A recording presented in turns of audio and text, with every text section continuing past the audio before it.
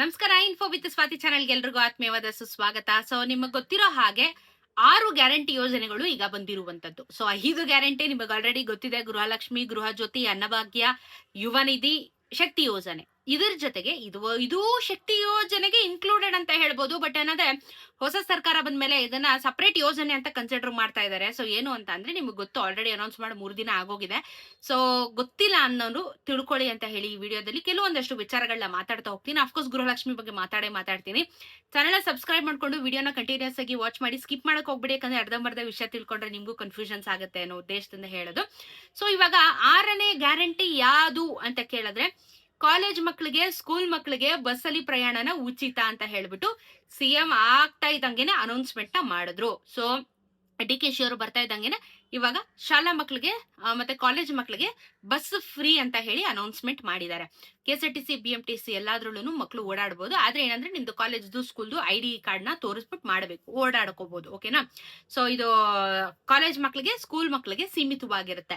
ಗಂಡ್ ಮಕ್ಳು ಕೊಟ್ಟಿಲ್ಲ. ಬಟ್ ಸ್ಟೂಡೆಂಟ್ಸ್ ಅಂತ ಬಂದಾಗ ಹೆಣ್ಮಕ್ಳು, ಗಂಡ್ ಮಕ್ಳು ಯಾರ್ ಬೇಕಾದ್ರೂ ಓಡಾಡಬಹುದು. ಇದೇನ್ ಶಕ್ತಿ ಯೋಜನೆ ತರ ಬರೀ ಹೆಣ್ಮಕ್ಳನ್ನೇ ಮಾತ್ರನಾ ಸ್ಕೂಲ್ ಮಕ್ಕಳು, ಕಾಲೇಜ್ ಮಕ್ಕಳು ಅಂತ ಆ ತರ ಏನಿಲ್ಲ. ಯಾರ್ ಬೇಕಾದ್ರೂ ಓಡಾಡಬಹುದು. ಬಟ್ ಕಾಲೇಜ್ ID ಕಾರ್ಡ್ ನ ತೋರಿಸ್ಬಿಟ್ಟು ನೀವುಗಳು ಮಕ್ಕಳುಗಳು ಸ್ಕೂಲ್ ಬಸ್ ಅಥವಾ ಸ್ಕೂಲ್ ಬಸ್ ಏನಾದ್ರೆ ಫೆಸಿಲಿಟೀಸ್ ಇಲ್ಲ ಅಂದ್ರೆ ಗೌರ್ಮೆಂಟ್ ಬಸ್ ಅಲ್ಲಿ ಏನಾದ್ರೆ ನೀವು ಬಸ್ ಪಾಸ್ ಗಳನ್ನ ಮಾಡಿಸ್ಕೊಂತಿದ್ರಿ, ತಿಂಗಳಿಗೆ ವರ್ಷಕ್ಕೆ 500 ರೂಪಾಯಿ 700 ರೂಪಾಯಿ ತನಕ ಏನೋ ಚಾರ್ಜ್ ಮಾಡ್ತಾರೆ. ಸೊ ಆ ಬಸ್ ಪಾಸ್ ಮಾಡಿಸ್ಕೊಳ್ಳುವಂತ ಅವಶ್ಯಕತೆನೂ ಇಲ್ಲ. ಅಂದ್ರೆ ಈ ಸರ್ಕಾರ ಇರೋವರೆಗೂ, ಈ ಸರ್ಕಾರ ಹೋದ್ಮೇಲೆ ಅಥವಾ ಇದಿದ್ರೆ ಕಂಟಿನ್ಯೂ ಮಾಡ್ತಾರ ಅನ್ನೋದ್ರ ಬಗ್ಗೆ ಗೊತ್ತಿಲ್ಲ.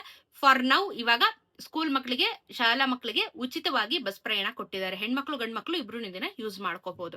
ಸೊ ಅಲ್ಲಿ ಏನಂದ್ರೆ ಬಸ್ ಪಾಸ್ ಮಾಡಿಸ್ಕೊಳ್ಳೋ ದುಡ್ಡು ಉಳಿಯುತ್ತೆ ಅಷ್ಟೇನೆ. ಕೆಲವರಂತೂ ಬಸ್ಸಲ್ಲಿ ರಶ್, ಫಾಸ್ಟ್ ಆಗಿ ಹೋಗಕ್ಕಾಗಲ್ಲ, ಲೇಟ್ ಆಗ್ಬಿಡುತ್ತೆ ಅಂತ ದೂರ ಇರೋರು ಏನ್ ಮಾಡ್ತಾರೆ, ಮಕ್ಕಳು ಮೆಟ್ರೋದಲ್ಲಿ ಓಡಾಡೋದನ್ನು ನಾನು ನೋಡಿದೀನಿ. ಮೆಟ್ರೋದಲ್ಲಿ ಓಡಾಡ್ತಾ ಇರ್ತಾರೆ ಮಕ್ಕಳು. ಸೊ ಫಾಸ್ಟ್ ಆಗಿ ಇರ್ಬೇಕು, ಫಾಸ್ಟ್ ಆಗಿ ರೀಚ್ ಆಗ್ಬೇಕು ಅಂತ ಹೇಳ್ಬಿಟ್ಟು. ಸೊ ಎನಿವೇಸ್ ಇವಾಗ ಇದೊಂದು ಅಪ್ಡೇಟ್ ಆದ್ಮೇಲೆ ಗೃಹಲಕ್ಷ್ಮಿ ಬಗ್ಗೆ ಅಫ್ಕೋರ್ಸ್ ಮಾತಾಡೋಣ. ಅಂಡ್ ನಾನು ಕಮೆಂಟ್ ಗಳನ್ನ ತೆಗ್ದಿ ನೋಡ್ತಾ ಇದ್ದೆ. ಆಕ್ಚುಲಿ ನಿನ್ನೆ ಮೊನ್ನೆನು ತುಂಬಾ ಜನಕ್ಕೆ 30ನೇ ಕಂತಿನ ಹಣ ಜಮಾ ಆಗಿದೆ. ಉಡುಪಿಯಿಂದ ಕಮೆಂಟ್ ಹಾಕಿದ್ದಾರೆ, ಬೇರೆ ಬೇರೆ ಒಂದಷ್ಟು ಮಂಡ್ಯ ಕಡೆಯಿಂದ ಕಮೆಂಟ್ ಹಾಕಿದ್ದಾರೆ. ನಮ್ಗಿನ್ನೂ ಬಂದಿಲ್ಲ, ಯಾವಾಗ ಬರುತ್ತೆ ಅಂತ ಹೇಳ್ಬಿಟ್ಟು. ಬರುತ್ತೆ ನೋಡಿ, ತುಂಬಾ ತಡ ಆಗಿದೆ. 30ನೇ ಕಂತಿನ ಹಣ ತುಂಬಾ ತಡ ಆಗಿದೆ. ಏನಕ್ಕೆ ಅಂದ್ರೆ ನಿಮ್ಗೆ ಗೊತ್ತು, ನಾವು ಗೌರ್ಮೆಂಟ್ ಹತ್ರನೂ ನಾವು ಪ್ರಶ್ನೆಗಳನ್ನ ಮಾಡಿದಾಗ ಹೈಕೋರ್ಟ್ ಇಂದ ಅದಕ್ಕೆ ಆರ್ಡರ್ ನ ಪಾಸ್ ಮಾಡಿದಾಗ್ಲೂ ಗೌರ್ಮೆಂಟ್ ಹೇಳಿದಿಷ್ಟ, ನಾವು ಹೊಸ ಸರ್ಕಾರ ತರ್ತಾ ಇದೀವಿ, ಹೊಸ ಸರ್ಕಾರ ಮಾಡಿದೀವಿ ಅಂಡ್ ಎಲ್ಲರಿಗೂ ಖಾತೆ ಹಂಚಿಕೆ ಆಗೋವರೆಗೂ ನಾವ್ ಯಾವ ಹಣದ ಬಗ್ಗೆನೂ ತಲೆ ಕೆಡ್ಸ್ಕೊಳಕ್ ಆಗಿಲ್ಲ ಅನ್ನೋದು ಶುದ್ಧ ರೀಸನ್ಸ್ ಗಳನ್ನ ಕೊಟ್ಟಿದ್ದಾರೆ ಅನ್ನೋದ್ರ ಬಗ್ಗೆ ನಾನು ವಿಡಿಯೋ ಮಾಡಿ ಆಲ್ರೆಡಿ ತಿಳಿಸಿದೀನಿ ನಿಮ್ಗೆ. ಸೊ ಇದು ತಡ ಆಗಿದ್ದಕ್ಕೆ 30ನೇ ಕಂತಿನ ಹಣ ನಿಮ್ಮ ಖಾತೆಗೆ ಬರೋದು ತಡ ಆಗಿದೆ. ಬಟ್ ಬರ್ತಾ ಇದೆ. ನಿನ್ನೆನೂ ನಂಗೆ ಕಮೆಂಟ್ ಹಾಕಿದ್ದಾರೆ, ಬಂದಿದೆ, ರಿಸೀವ್ ಆಯ್ತು ಅಂತ ಹೇಳಿ. ಸೊ ಬರ್ತಾ ಇದೆ, ಸ್ವಲ್ಪ ತಡ ಆಗ್ತಾ ಇದೆ. ನಿಮ್ಗೆ ಈ ತಿಂಗಳೊಳಗಡೆ ಕ್ಲಿಯರೆನ್ಸ್ ಸಿಗುತ್ತೆ, ಅದ್ರ ಬಗ್ಗೆ ತಲೆ ಕೆಡ್ಸ್ಕೋಬೇಡಿ. 31, 32 ಬಹುಶಃ ಡೌಟ್. ನಂಗೆ ಯಾರೋ ಕಮೆಂಟ್ ಹೇಳ್ತಾ, ಹೌದು ಮೇಡಮ್ ಬರೋದು ಡೌಟ್ ಇದೆ, 100% ಡೌಟ್ ಇದೆ ಅಂತ ಹೇಳ್ತಿದ್ರು. ಬರೋದು ಡೌಟ್ 100% ಡೌಟ್ ಇರೋದು.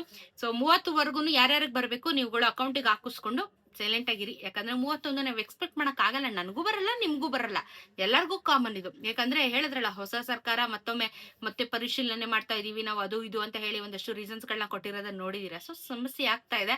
ಸೊ 31, 32 ಎಕ್ಸ್ಪೆಕ್ಟ್ ಮಾಡ್ಬಿಡಿ. 30ವರೆಗೂ ಕ್ಲಿಯರ್ ಮಾಡ್ಕೊಳ್ಳಿ, ಸರಿನಾ? ಇದಿಷ್ಟು ಅಪ್ಡೇಟ್ಸ್ ಗಳಿದಾವೆ. ಸೊ ಯುಟಿಲೈಸ್ ಮಾಡ್ಕೊಳ್ಳಿ, ಓಡಾಡ್ಕೊಳ್ಳಿ. ಸೊ ಸದ್ಯಕ್ಕೆ ಇದಿಷ್ಟು ಅಪ್ಡೇಟ್. ಸಿಗ್ತಾರೆ ಮತ್ತೊಂದಷ್ಟು ವಿಡಿಯೋಲಿ. ನಮಸ್ಕಾರ.